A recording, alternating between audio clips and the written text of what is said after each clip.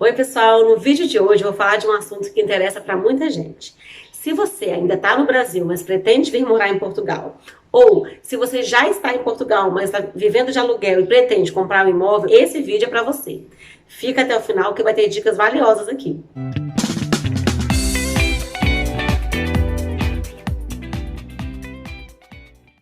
Quando nós decidimos vir morar em Portugal, nós avaliamos se valia a pena manter o nosso imóvel no Brasil ou vender.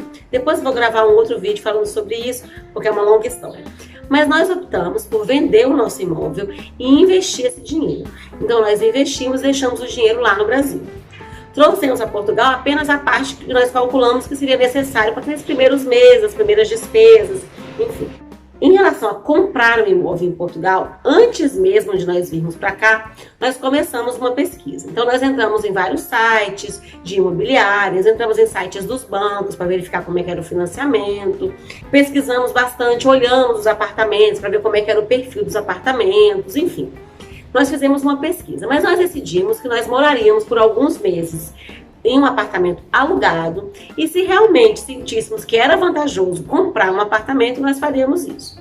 Nos primeiros meses, quando nós vimos que o país era acolhedor, que a gente estava gostando da cidade que a gente tinha escolhido, que ele estava gostando do trabalho, enfim, nós optamos por começar uma pesquisa para comprar um imóvel. Sem pressa, a gente estava num apartamento alugado, com uma boa localização, perto da escola das meninas, mas a gente começou a fazer essa pesquisa. Comparando o valor do aluguel que nós pagávamos, o valor dos imóveis para aquisição, as despesas envolvidas, a nossa situação financeira aqui no Brasil e tal, nós chegamos à conclusão de que seria vantajoso adquirir um imóvel aqui. Mas atenção, como eu disse, nós avaliamos o nosso caso.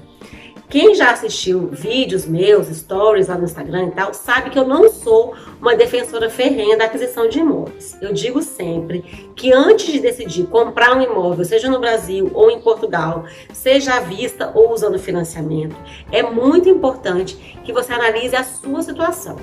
Além disso, existe uma diferença significativa entre comprar imóvel para morar, comprar imóvel para investir, comprar imóvel para comercial, comprar imóvel residencial, enfim.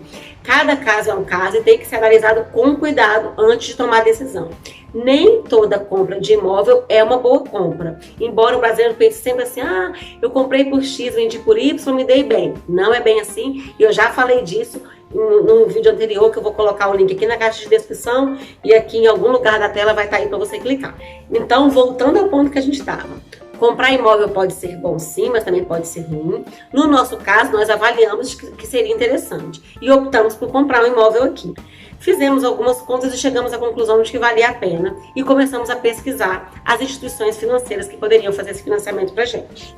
Quando eu estava na fase de planejamento da mudança para cá, eu participei de vários grupos do Facebook e segui vários canais do YouTube para buscar informações. E nesses canais e nesses grupos eu vi informações de que havia brasileiros que tinham conseguido financiar até 100% do valor do imóvel. Vi também vários comentários dizendo que não conseguiram tudo isso, mas que conseguiram dar uma entrada de 10% ou 20%, enfim. Eu vi que era possível sim financiar um imóvel aqui. Então eu parti para a procura. Selecionei 4 bancos e resolvi ir aos 4 com a documentação para verificar quanto que eles aprovariam de crédito para mim. Eu preparei toda a documentação, tirei 4 cópias iguais e fui aos bancos. Desses 4 bancos, 2 me descartaram de cara. Falaram que não fariam financiamento porque eu morava há pouco tempo aqui, era estrangeira e o meu documento de permanência era um documento temporário, ou seja, eu tenho que renovar de tempos em tempos. Eles só fariam se o meu documento fosse um documento definitivo, que não era o caso. Então, 2 instituições eles sequer olharam a minha documentação. Simplesmente, quando viram que eu era estrangeira e que estava querendo financiar um imóvel, já me dispensaram logo. Por um lado, foi até bom que eu não perdi tempo, não criei esperança. Depois de ser recusada pelas 2 primeiras instituições, eu parti para as próximas 2. A primeira falou que teria que analisar, recebeu a documentação, mas nunca me deu resposta. E a outra, que era o banco que eu tinha conta, recebeu a documentação e ficou dias e dias com essa documentação. A agência que eu tinha conta era bem pertinho da minha casa. Então, de vez em quando eu passava lá, ou ligava, mandava e-mail, ela sempre dizia que estava muito enrolada, muito ocupada e que ia avaliar amanhã, e nada de avaliar. Nesse intervalo, eu encontrei um apartamento que era do jeito que eu queria, no bairro que eu queria, que aqui a gente não chama de bairro, chama de freguesia. Na freguesia que eu queria, perto da escola das crianças, do tamanho que eu queria, do jeito que eu queria, com garagem, enfim. Era o apartamento ideal e estava num preço justo. Não estava barato nem caro, estava num preço justo. E eu gostei muito do apartamento. Só que esse apartamento tinha outras pessoas na fila. Como eu tinha visto primeiro, eu tinha preferência, mas eu tinha que dar resposta rápido, porque senão iam passar minha preferência para as outras pessoas. Resultado, a corretora falou, olha Carla, não dá pra gente esperar mais. Então eu decidi levar o meu dossiê para a agência onde a corretora tinha contato, que ela indicava, que a gerente era muito boa. E eu transferi minha conta para lá, a gerente de lá fez a avaliação e de fato ela foi super ágil, super atenciosa e me deu resposta no dia seguinte. A proposta que eu tinha feito para o banco era de financiar 90% da 10% de entrada. Eu sabia que isso tinha pouca chance de passar, mas eu fiz essa proposta. No dia seguinte, quando ela me ligou para falar sobre a aprovação, ela falou que eles tinham aprovado 77% de financiamento, ou seja, eu teria que dar 23% de entrada. Era um pouco acima do que eu tinha estimado, do que eu gostaria. Eu tinha me programado para dar 20%, mas como era uma boa oportunidade, eu decidi aceitar. Então eu tomei a decisão, fiz o financiamento nessa agência desse banco. O banco, eu não estou ganhando nada deles, tá gente? Mas o banco que eu consegui é o Banco Milênio. Depois eu fiquei sabendo, conversando com colegas que já moram aqui, pessoas que já estão aqui há mais tempo, que de fato o Milênio é um banco mais acessível aos estrangeiros. Eu não sei se isso é verdade para todos os casos, mas no meu caso, realmente, eles foram mais acessíveis. De todo modo, eu sugiro que se você tem pretensão de comprar um imóvel aqui, que você verifique se realmente isso vale a pena para você, faça conta, comece a pesquisar para saber mais ou menos quanto custa um imóvel na região que você pretende, procure o seu banco, ou outros bancos, caso o seu banco não aprove, ou até mesmo para comparar a taxa do seu banco com a taxa de outros bancos. Se você está aqui há mais tempo, isso pode facilitar bastante. No meu caso, eu estava há poucos meses, então realmente isso foi um dificultador. Mas ainda assim, com persistência, eu consegui obter o financiamento da forma bem próxima do que eu desejava. Tem uma questão que eu acho muito importante, que eu acho que foi determinante para eu ter conseguido o financiamento. Eu trabalhei muitos anos na Caixa Econômica e dentre as funções que eu ocupei, eu fui gerente. Então eu trabalhei muito com financiamento habitacional. E uma coisa que atrasava muito quando a gente precisava fazer a análise de um cliente, era quando o cliente entregava a documentação e a gente perdia um tempão organizando o que era o que, entendendo o que era cada documento. Essa análise é o que mais demora, essa organização dos documentos para poder inserir no sistema. Então o que eu fiz? Eu preparei a documentação de uma forma bem organizada, de maneira que a gerente perdesse o menor tempo possível para fazer a minha avaliação e assim me desse a resposta mais rápido.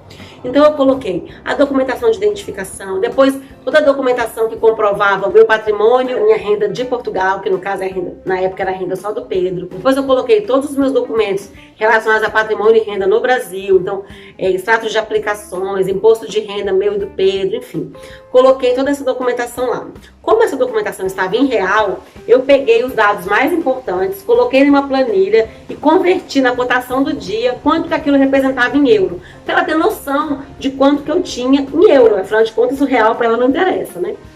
Então, eu levei a documentação toda organizadinha, separada por tipo de coisas, de itens, enfim, e realmente ela aprovou no dia seguinte, porque ela deve ter pedido pouquíssimo tempo para entender aqueles documentos, de estar lá no sistema interno dela que libera a avaliação.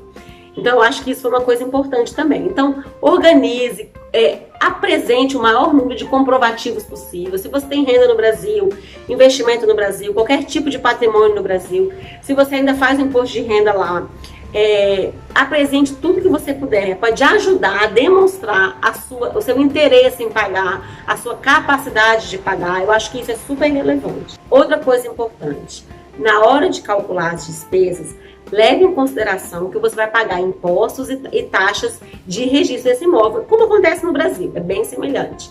Então, reserve o valor da entrada e também reserve um dinheirinho para isso, porque senão você pode ficar em maus lençóis. Outra coisa relacionada a imóveis que me perguntam muito é: Carla, mas e agora? É um bom momento para comprar? Tem caído o valor dos apartamentos? Tem ficado mais barato? Olha, eu ainda acho que é prematuro a gente afirmar categoricamente que o mercado de imóveis vai melhorar, ou vai piorar, vai subir, vai cair. Eu acho que ainda é cedo para a gente falar sobre isso, porque a crise do Covid ainda está acontecendo. No entanto, em relação à compra e venda, eu acho que ainda as peças estão se ajeitando no tabuleiro ainda. Em relação a aluguel, eu tenho observado que já está caindo. Eu posso dar 3 exemplos em relação a isso. Eu tenho uma amiga que pagava 1.200 euros, ela conseguiu um imóvel semelhante, na mesma localização, com um padrão parecido, pagando 850. Ou seja, uma economia de 350 euros por mês. Outra amiga pagava 650 e conseguiu um apartamento também na mesma região para pagar 550. E uma terceira amiga pagava 650 de renda e ela conseguiu um imóvel na mesma região para pagar só 50 euros a mais, só que um imóvel infinitamente melhor. Então as pessoas estão correndo atrás de condições mais interessantes de aluguel, porque muitas delas tiveram redução significativa nos seus rendimentos mensais em razão da crise, porque não trabalhando menos horas, porque não estão conseguindo trazer, de repente a pessoa tem uma renda aqui, outra no Brasil, não está conseguindo trazer a renda de lá para cá, por conta da cotação que está muito alta, enfim. Então, eu acho que as pessoas estão numa situação difícil e o mercado está percebendo isso, os proprietários estão vendo isso. Então, muitos estão permitindo a renegociação, né? Estão fazendo renegociação do valor com o inquilino. E aqueles que não estão fazendo, os inquilinos estão se coçando, estão procurando e estão trocando de apartamento. Então, eu acho que isso ainda vai se estender por um tempo, até porque não tem entrado quase nenhum brasileiro aqui, porque por essa questão toda de aeroporto e de restrições e tal. A empresa que faz os vistos para a gente vir para cá ficou fechada por várias semanas, meses até. Então, o mercado está bem mais desaquecido do que estava há alguns meses antes do Covid. Então, eu acho que é questão de ficar atento, prestar atenção. Eu acho que é um momento de prestar atenção, de ficar ligado, de pesquisar, de correr atrás e de fazer proposta também.